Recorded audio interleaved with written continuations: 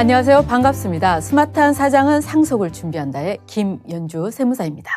자, 이번 시간에는요, 가업상속 공제 그리고 상속세 20년간 분할 납부에 대해서 한번 알아보겠습니다.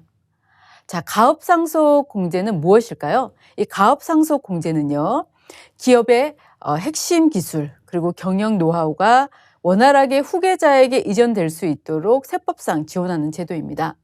100년 기업, 장수기업, 계속기업의 그 토대를 마련해 주고자 하는 것이 바로 가업상속 공제의 핵심입니다.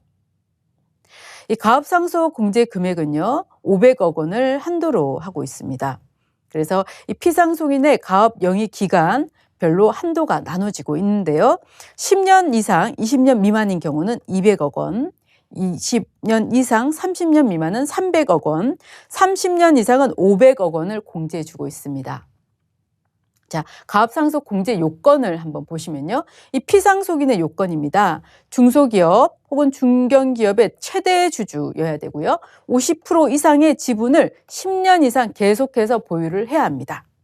이 총 가업 기간의 50% 또는 10년 이상 대표이사로 재직을 한 피상속인이어야 됩니다. 그리고 상속인은요, 상속 개시일 현재 18세 이상인 자녀 또는 그 배우자이면서 2년 이상 가업에 종사를 해야 되고요. 그리고 2년 이내 대표자로 취임을 해야 합니다. 그리고 중소기업과 중견기업의 요건은요, 이 피상속인이 10년 이상 경영한 기업으로서 업종, 매출액, 실질적 독립성을 갖춘 기업이어야 합니다.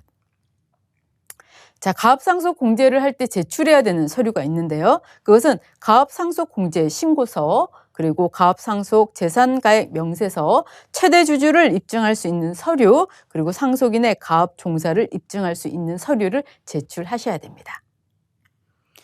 가업상속 공제는요, 이 사후 관리를 굉장히 까다롭게 하고 있습니다. 이 7년간 사후 관리를 하고 있는데요. 구체적으로 그 내용을 보시면 상속 개시일부터 7년 내에 정당한 사유 없이 이 가업의 자산을 10% 이상 처분한 경우, 그리고 상속 개시일로부터 5년 이내에 특별한 이유 없이 가업용 자산을 10% 이상 처분한 경우이고요. 그리고 상속인이 가업에 종사를 하지 않는 경우, 그리고 상속받은 지분이 감소한 경우에는 페널티를 부여하고 있습니다. 그것은 5년 미만의 이러한 위반이 나타난다면 100%를 추징을 하고 있고요. 5년 이상 7년 미만인 경우는 80%를 추징하고 있습니다. 이때는 상속세뿐만이 아니고 이에 해당하는 감면받았던 그 해당하는 이자도 같이 부과된다는 점 확인하셔야겠습니다. 자, 이거 외에 이 가업상속에 대해서 선택할 수 있는 하나의 요건이 더 있는데요. 그것은 바로 이 상속세에 대해서 가업상속과 관련된 상속세를 20년간 분할 납부하는 것을 선택할 수 있습니다. 결국 이 가업상속 공제와 연부연납 기간의 특례를 선택할 수 있다는 것이죠. 가업상속 공제에 대한 가업상속 공제를 적용받거나 연부연납 20년간 분할 납부를 하는데요. 이때는 연부연납 허가 신청서를 제출을 해야 되고요. 납세 담보를 제공해야 합니다. 그리고 연부연납 중에 납부하지 않은 금액에 대해서는 이자 상당액을 함께 납부를 해야 합니다.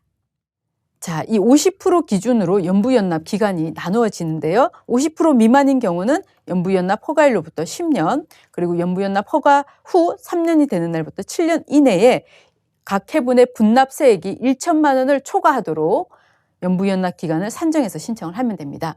이에 반해서 상속재산 중에서 가업상속재산이 50% 이상인 경우에는 이 허가일로부터 20년 이내의 기간을 산정해서 각 해분의 분납세액이 1천만 원을 초과하도록 해서 연부연납 기간을 산정해서 신청하면 됩니다. 자, 지금까지 가업상속 공제와 상속세 20년간 분할 납부에 대해서 한번 알아보았습니다. 기업 현황에 맞는 제도를 적극적으로 활용을 하셔서요. 기업인들이 꿈꾸는 장수기업, 100년 기업을 만들어내는 그 세팅을 지금부터 준비해 나가시길 권해드립니다. 스마트한 사장은 상속을 준비한다. 김연주 세무사였습니다. 감사합니다.